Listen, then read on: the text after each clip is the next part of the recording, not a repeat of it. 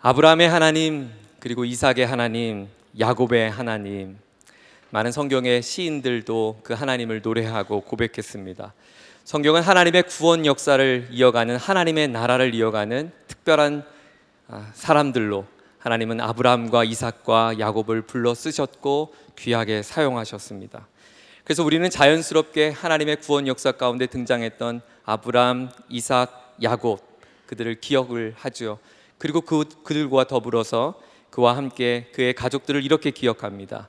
아브라함의 아내 사레, 이삭의 아내 리브가, 야곱의 아내 라헬.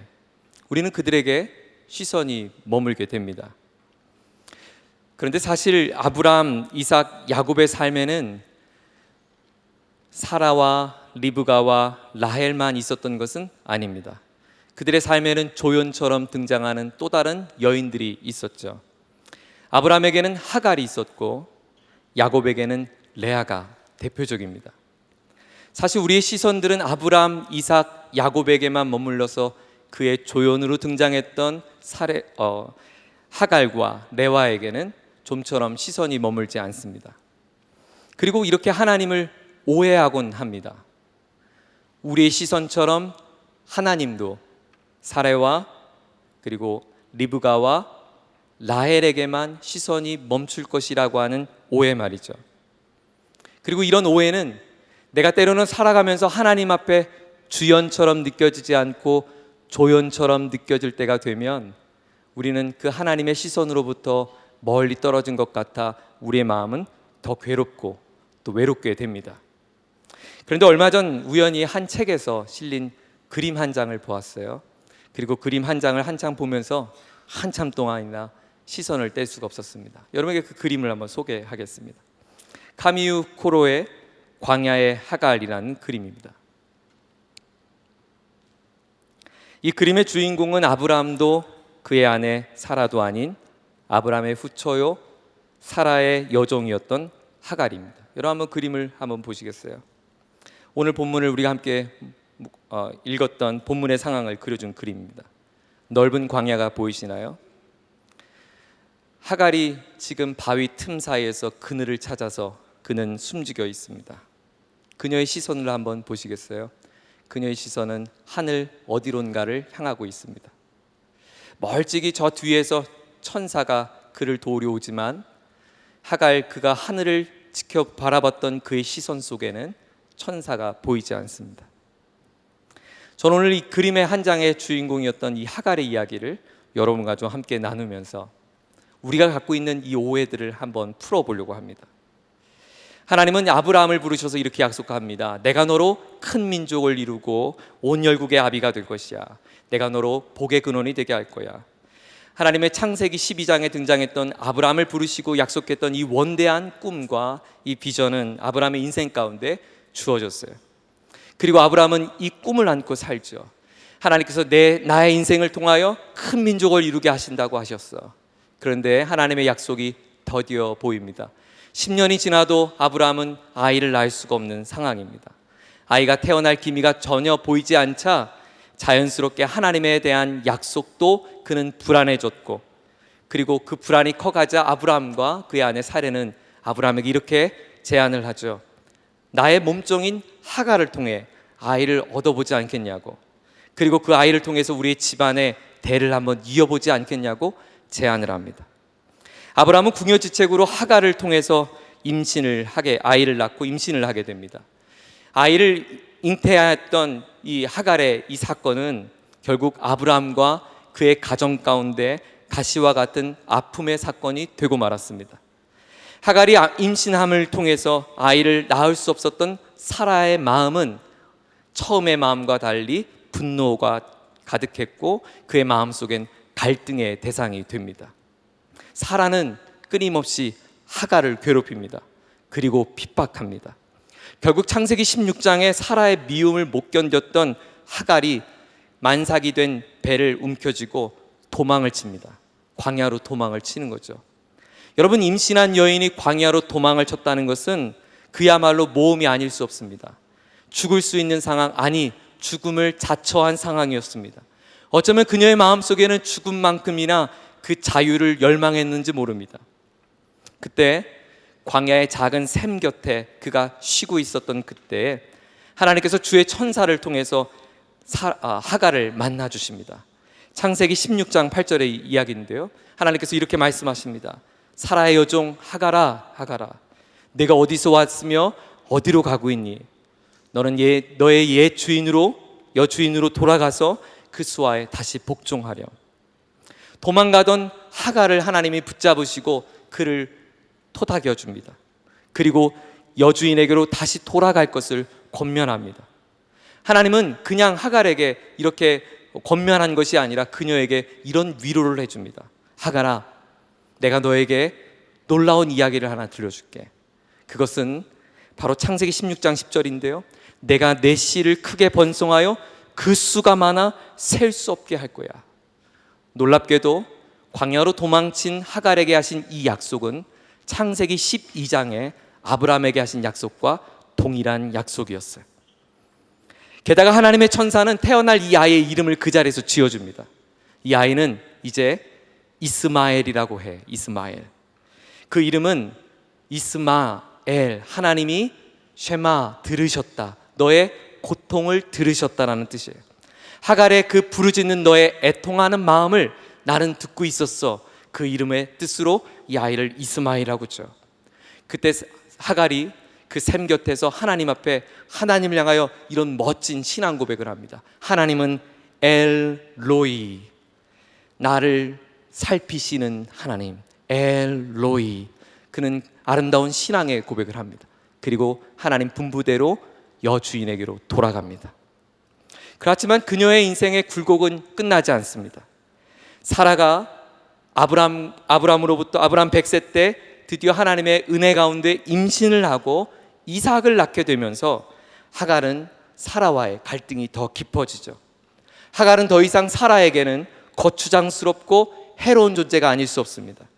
처음에는 아이를 낳지 못하여 하갈을 우리 집안으로 불려들였지만 이제는 내가 버젓이 이삭이라고 하는 아이를 낳기에 하갈은 내 인생에 조금도 도움이 되지 않습니다. 결국 내침을 당하게 됩니다. 이삭이 젖을 뗄 즈음에 이스마엘이 이삭을 놀리는 그 광경을 보고 그것을 빌미로 아브라함에게 분노하며 하갈을 내쫓으라고 명합니다. 자신이 낳은 이삭과 이스마엘의 한 집안에 자라는 것과 그리고 그 이스마엘과 이삭이 아브라함의 분깃을 나누는 것을 결코 용납할 수 없다는 이유였습니다. 아브라함은 근심에 차죠. 이삭이 태어나기 전에 아브라함에게 이스마엘은 너무나 소중한 아들이었어요. 비록 여정을 통해 낳은 아들이었지만 소중한 아들이었고 내 사랑하는 아들이었어요. 아브라함은 결국 사라와의 이 갈등에 못 이겨서 후처 하갈과 그의 아들 이스마엘을 거리로 쫓아내게 됩니다. 그리고 그에게 주어진 것은 겨우 며칠 버틸 수 있는 떡 몇 덩어리와 그리고 물 한 가죽 부대가 고작이었습니다. 여러분, 떡 몇 덩어리와 물 한 가죽 부대로 그녀는 그리고 그 아이는 며칠이나 버틸 수 있었을까요? 브엘세바 광야에서 그녀와 그 아이는 며칠 가지 못해 물과 떡이 떨어지고 말았습니다. 결국 죽을 지경이 되었죠. 여러분, 광야에서 먹을 것이 떨어졌고 마실 물이 사라졌어요. 무엇을 의미할까요? 이제 죽음 직전입니다. 죽음이 임박했다는 거죠. 그래서 죽을 것 같은 자리에서 하갈이 할 수 있는 일이 무엇이었을까요? 아무것도 없었습니다. 그저 하늘을 바라보며 우는 일밖에 없었어요. 오늘 이 상황을 본문은 이렇게 묘사하는데요, 16절을 다시 한번 읽어보겠습니다. 16절 시작. 이르되 아이가 죽는 것을 참아보지 못하겠다 하고 화살 한 바탕 거리 떨어져 마주 앉아 바라보며 소리내어 우니. 하갈이 이스마엘과 화살 한 바탕 거리 떨어졌다, 그 의미는 아마 이 아이의 죽어가는 모습을 차마 어미의 눈으로 볼 수 없었던 심정을 표현한 것입니다. 어쩌면 그녀는 화살 한 바탕 떨어진 그곳에 아이를 버려둔 채 울고 있었던 그녀는 혹시라도 지나가는 어떤 한 외인을 통해서 이 아이가 누군가의 손에 데려가 주기를 희망했던 것일까요? 아니면 이 아이는 혹시 들짐승이 물어가도 내가 어쩔 수 없다고 하는 하나님을 향한 항의의 표현으로, 그런 절망의 표현으로 그렇게 하소연했던 것일까요? 하나님 앞에 보란듯이 애통했던 그녀의 마음을 표현한 것일까요? 하갈의 이런 모습은 자신도 그리고 어린 이 아이도 이제는 내가 모든 것을 할 수 없다고 하는, 포기했다고 하는 마음의 표현일 것입니다. 여러분, 그녀의 마음은 지금 어땠을까요? 그녀의 심정은 어땠을까요? 여러분, 그녀가 지금 울고 있는 이 광야에 여러분이 한 바위 틈 사이에 그늘을 찾아 울고 있다고 생각한다면, 여러분이 하갈이라고 생각한다면, 여러분은 지금 어떤 질문을 갖고 있을까요? 여러분이 갖고 있는 이 질문은 어쩌면 하갈만이 갖고 있는 질문이 아니라 이 시대의 누군가, 이 예배 가운데 있는 우리의 누군가가 갖고 있었던 마음의 질문은 아닐까 생각하게 되었어요. 하나님, 저 너무 억울해요. 하나님, 하나님의 선택에는 특별한 사람들에게만 선택이 있나요? 하나님의 사랑은 그 특별한 사람들에게만, 그 사라에게만 하나님의 사랑이 미치는 건가요? 하나님은 그 아브라함의 아들 이삭을 웃음으로 이름을 지었나요? 하나님, 그녀의 그 인생 가운데는 웃음을 주었고, 그럼 나의 인생 가운데는 고통을 주시는 것입니까? 하나님은 저와 같이 미천한 자는 전혀 돌보지 않는 하나님이신가요? 하나님은 왜 나에게 이런 아픔을 주는 걸까요? 아니, 누구는 여종으로 태어나고 싶어서 여종으로 태어났나요? 나도 보란듯이 한 남편의 사랑받는 아내로서 내 사랑하는 자녀가 한 가문의 혈통을 이어받는 자녀로 키우고 싶은 마음, 왜 내 마음 가운데 없겠어요? 고작 내 손에 들려진 떡 몇 덩어리도 이제 내 손에 사라졌어요. 가죽부대에 남겨진 물 한 바가지도 이제 내 목을 축일 만한 물 한 방울도 남지 않았어요. 누구는 남편 잘 만나서 여러 민족의 열국의 어머니가 되고, 누구는 이 땅에 보란듯이 처절한 인생을 살아야 하나요? 자신은 아브라함의 선택에 붙들려서 아이를 낳고 그 아이를 인하여 버림받게 되었다고 생각하니 하갈의 마음이 억울하지 않았을까요? 사랑하는 예배자 여러분, 여러분의 마음은 어떠세요? 혹 하나님 앞에 이런 억울함을 호소해 본 적은 없으세요? 아니, 억울함은 있지만 감히 믿음이라고 하는 우리의 표준 때문에 이 고백을 참아 못하고 있진 않나요? 누군가는 유복한 가정, 믿음의 가정에서 자라고 믿음이 좋은 부모의 슬하에서 곱게 신앙생활을 하고 있는데, 나는 믿음 없는 가정에서 자라서 억척같이 믿음 생활하고 또 가정에 가면 눈물이고 핍박이고, 나는 나의 삶의 신앙에는 하나님이 좀처럼 은혜를 베푸지 않는 것 같고, 우리에겐 이 질문이 끊이지 않습니다. 하나님은 내 편 맞나요? 다른 사람들 많은 은혜를 받았다고 말하고 은혜 베풀었다고 말할 때 하나님은 왜 저를 그냥 보고만 계시죠? 왜 그토록 오랫동안 침묵하고 계시죠? 저를 조금이라도 기억해 주시는 건 맞나요? 내가 하나님을 찾지 않으면 하나님은 저를 찾고 있는 거 맞나요?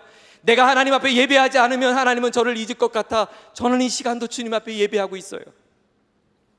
사실 이 질문은, 하갈의 질문 그리고 우리의 이 질문은 오늘 우리만의 이야기는 아닙니다. 역사 가운데 믿음의 사람들 가운데 계속해서 많은 사람들이 질문했던 질문이에요. 소위 신학적으로 신종론이라고 하는데요, 많은 사람들마다 저마다 이 답을 찾고자 질문했고 답을 내려왔어요.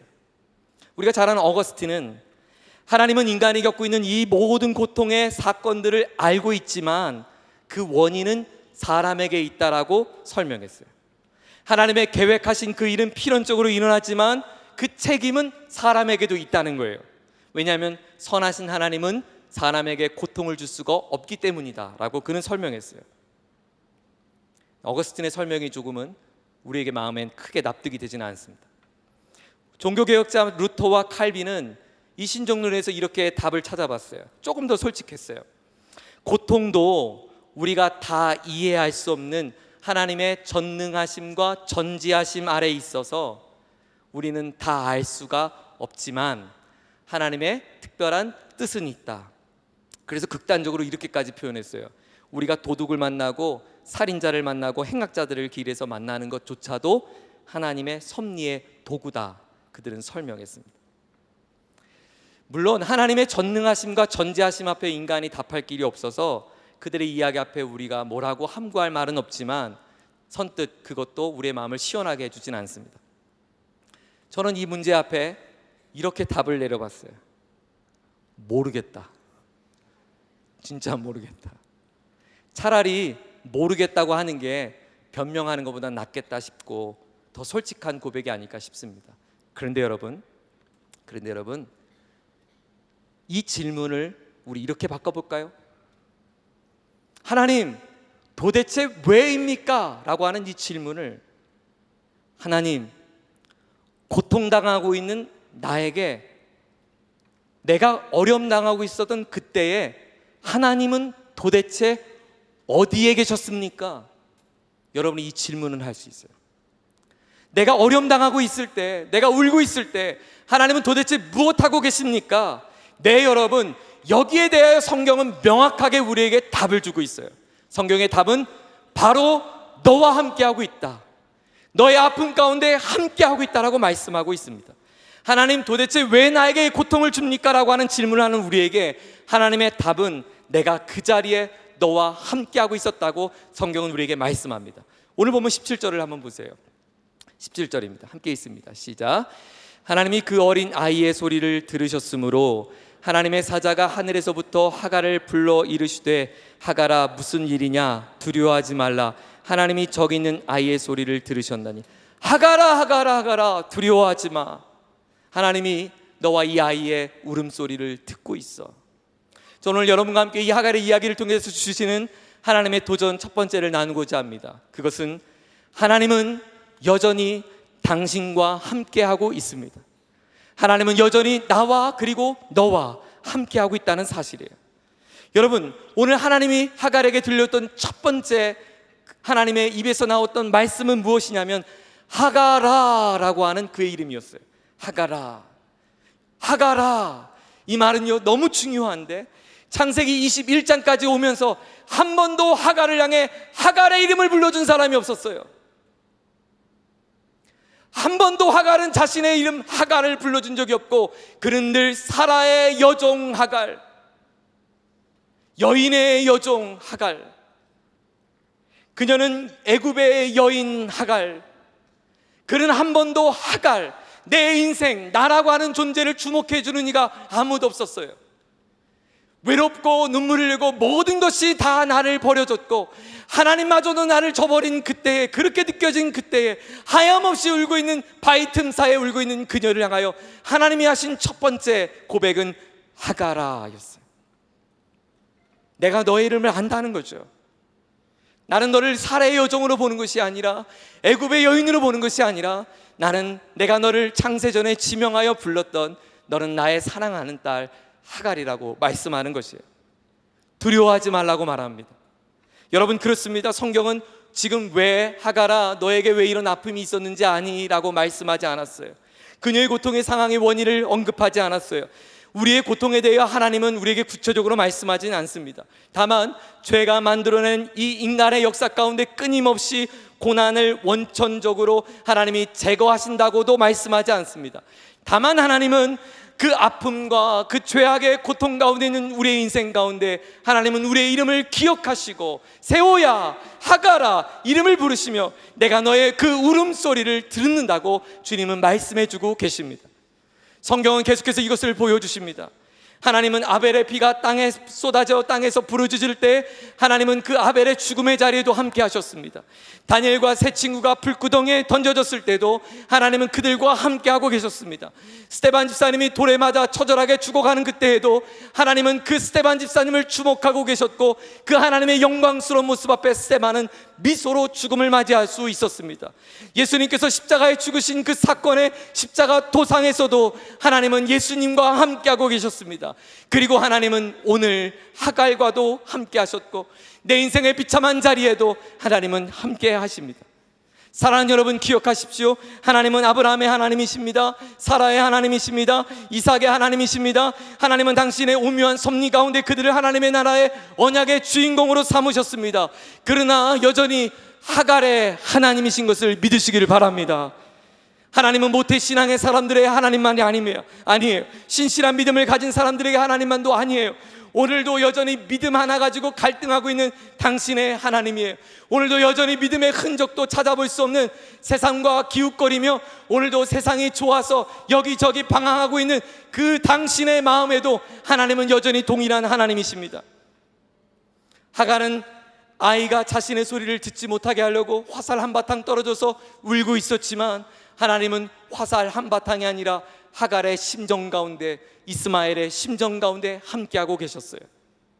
하나님은 더 가까이 계셨어요. 이스마엘은 하갈의 울음소리를 들을 수 없었지만 천상에 계신 하나님은 하갈의 심령의 울음의 소리도 들을 수 있었어요. 하갈과 이스마엘은 광야에서 버림받았고 사라에게 쫓김받았고 갈 길을 찾지 못하여 방황했지만, 물이 없어 결핍 가운데 고통 가운데 있었지만 하나님은 그 고통 중에도 함께하고 계셨어요.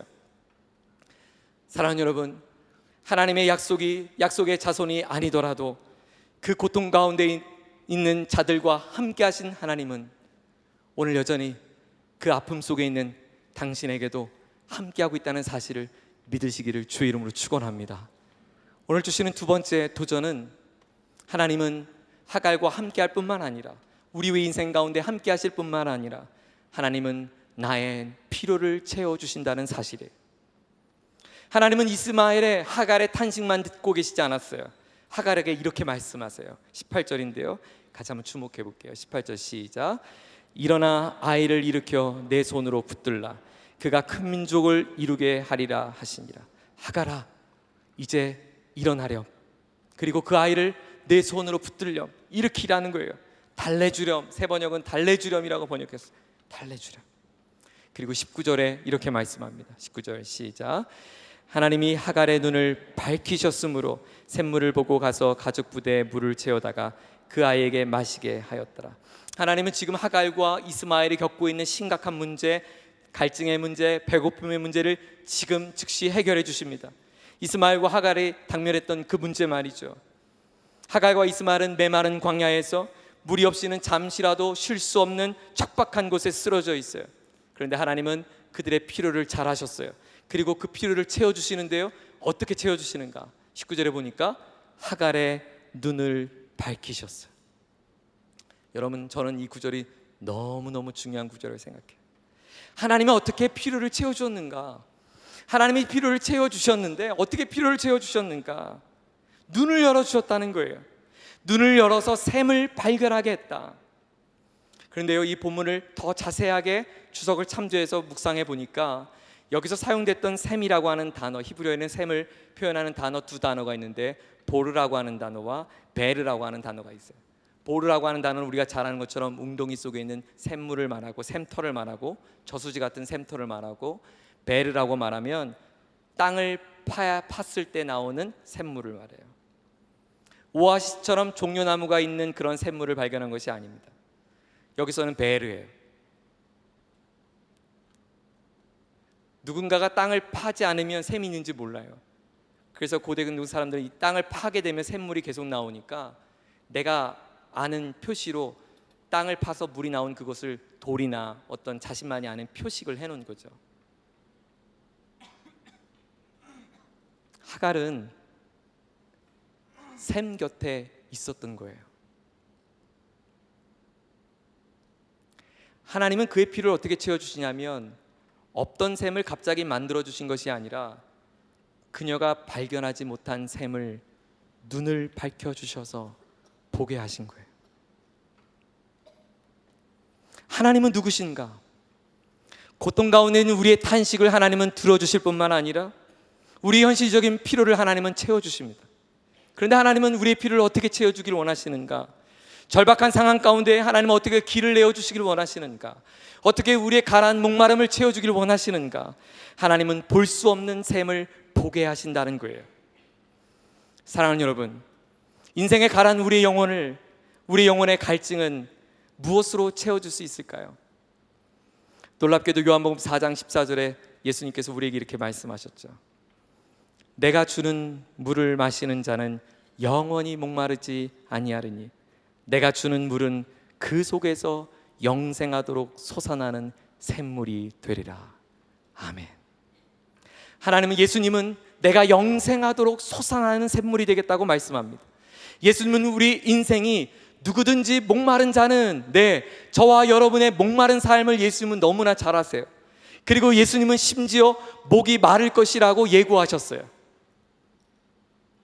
누구든지 이 목마름 가운데 처할 것이라고 예수님은 우리에게 말씀하셨어요. 하나님은 우리의 목마른 인생을 잘 아셨어요. 타는 듯한 인생을 잘 아셨어요.